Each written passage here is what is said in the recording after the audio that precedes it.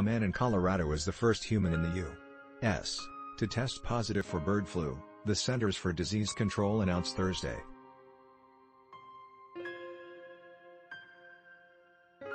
The case comes as the H5N1 bird influenza tears through the United States, posing a low risk to humans while wiping out millions of birds. Some of the birds have died from the disease, but the vast majority are being culled to curb the spread. The patient, who is younger than 40 years old, was involved in the culling of presumptively infected poultry at a commercial farm in Colorado's Montrose County, according to the state's Public Health and Environment Department. He is an inmate at a state correctional facility in Delta County and was working with poultry as part of a pre-release employment program. Members of the response team were all given personal protective equipment while working on the farm, and the affected flock has been euthanized. The patient has since recovered after reporting fatigue that lasted a few days as his only symptom.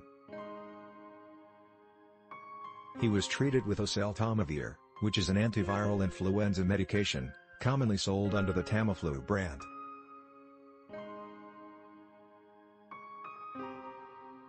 The virus was detected on a single nasal specimen and could have been present in the patient's nose without causing infection, according to the statement from Colorado authorities. The case marks the second human case associated with this group of H5 viruses. The first occurred in the UK in December 2021, according to the CDC.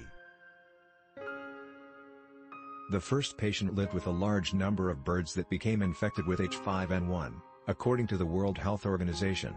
Still, the human risk of bird flu for the general public remains low, the CDC says. Those who have job-related or recreational exposure to infected birds are at higher risk for infection. We want to reassure Coloradans that the risk to them is low, said Dr. Rachel Hurley, the state epidemiologist.